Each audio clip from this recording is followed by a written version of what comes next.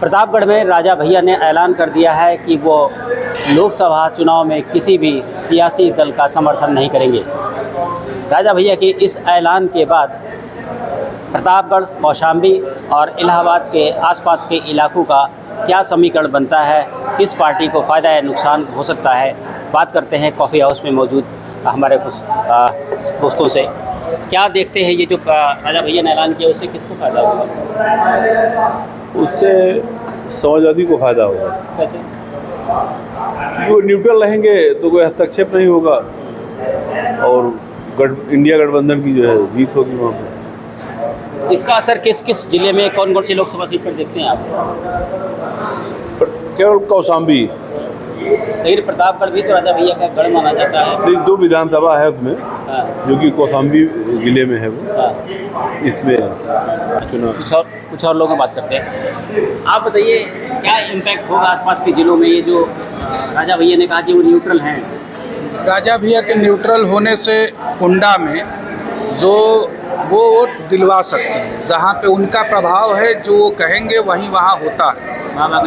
बाबागंज और कुंडा 2 विधानसभा, उससे सपा को सीधा सीधा फायदा जाएगा, क्योंकि जग जाहिर है अभी संजीव बलियान गए थे लेकर के विनोद सोनकर को, उसके बावजूद खुला समर्थन न दे करके न्यूट्रल, तो ये संकेत चला गया है कि हम सपा की तरफ हैं, सीधी सी बात। और बाकी अदर जगहों पे अगर वो खुल के नहीं आते हैं तो इसका कोई असर नहीं होगा, चुनाव जैसे हो रहा है वैसे होगा। आप बताइए, आप प्रतापगढ़ में थी, वहाँ पर जहाँ पर सारी चीज़ें हुई हैं, क्या इम्पैक्ट होगा और क्या देखती हैं, असर क्या होगा? असर जहाँ तक मुझे लगता है मिला जुला ही आएगा, बहुत ज़्यादा डिफरेंट तो नहीं आएगी चीज़ें। नहीं, न्यूट्रल तो उन्होंने अभी न्यूट्रल अपने आप को बना लिया है, बट वो न्यूट्रल थे थोड़ी।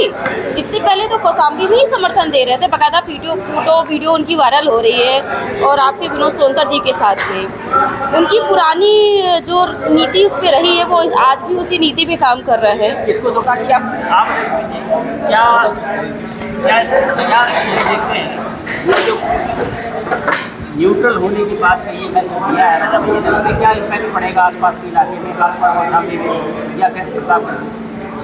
राजा भैया न्यूट्रल होने का अगर प्रेस कॉन्फ्रेंस कर चुके हैं तो आप ये मान के चलिए कि उनके मन में जो अपनी राजनीतिक महत्वाकांक्षा है उसको कहीं ना कहीं से उनमें दाग पड़ रहा है, इसलिए उन्होंने न्यूट्रल होने की बात कही है। लेकिन सच यही दिखता है मुझे कि कुंडा में मुलायम सिंह यादव के बेटे अखिलेश जी ने कुंडा में ताला लगाने की जो बात कही थी, ये उनके दिल दिमाग में है।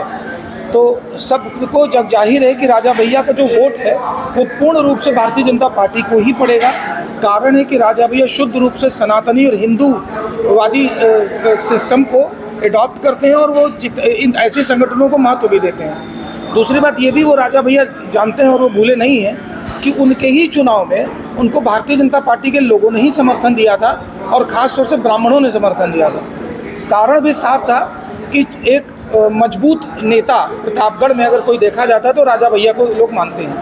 राजा भैया के न्यूट्रल होने का जो प्रेस कॉन्फ्रेंस आपने सुना है वो उनकी अपनी बातें हो सकती हैं, लेकिन वो अंदर से विनोद सोनकर को और दूसरी तरफ संगम लाल गुप्ता को पूर्ण समर्थन दे रहे हैं, और सभी लोग उनके जितने समर्थक हैं वो सारे लोग भारतीय जनता पार्टी को वोट कर रहे हैं और राजा भैया के इशारे से ही कर रहे हैं। तो राजा भैया भाजपा को सपोर्ट कर रहे हैं, किसी प्रत्याशी को नहीं, आपको कहना है? जी, राजा भैया भारतीय जनता पार्टी को पूर्ण समर्थन दे रहे हैं, इसमें कोई दो राय नहीं है।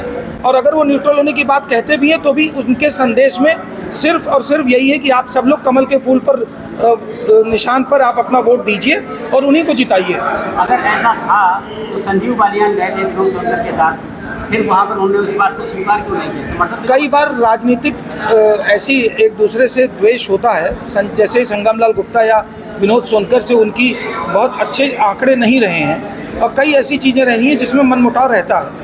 और राजनीतिक में मनमुटाव तो आप देख लीजिए, केजरीवाल रोज गरियाता था कांग्रेस को और अच्छी अच्छी गाली देता था, गलत बातें कहता था, और उसके दृष्टि में वो सही भी था। इसी तरीके से उन्होंने मुलायम सिंह के पूरे परिवार की हिस्ट्री खोल के रखी थी, और आज इन सब के साथ ताल में ताल मिला करके चल रहे हैं, सुर में सुर मिला के चल रहे हैं। तो इसका क्या मतलब है कि क्या इंडी गठबंधन के आप के जितने लोग हैं या अरविंद केजरीवाल के लोग हैं, वो भारत में इंडी गठबंधन के साथ होते हुए भी वो मना कर रहे हैं कि वोट न दें? ये साफ संदेश है ना। उसी तरीके से राजा भैया का साफ संदेश है कि भारतीय जनता पार्टी को बम्पर वोटों से जिताइए, इसीलिए उन्होंने कोई कैंडिडेट खड़ा भी नहीं किया है।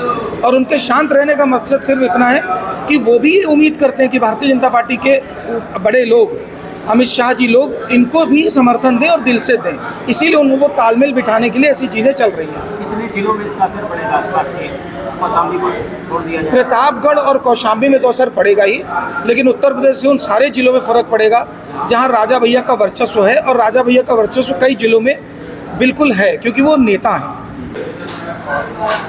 तो प्रयागराज में ज़्यादातर लोगों का कहना ये है कि राजा भैया के इस स्टैंड से जो उन्होंने कहा कि न्यूट्रल है, ये हो सकता है कि आम लोगों को दिखाने के लिए चीज़ कही गई हो, लेकिन कहीं ना कहीं चूँकि राजा भैया के पास जो समर्थक हैं, जो वोटर्स हैं, जो पार्टी के लोग हैं, वो कहीं ना कहीं हिंदुत्ववादी विचारधारा से जुड़े रहे हैं। उन्होंने कई बार अपनी पोस्ट में भी इस बात का जिक्र किया है।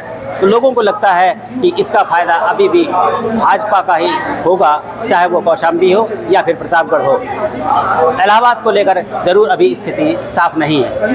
Dinesh Singh, TV9 UP, Prayagraj.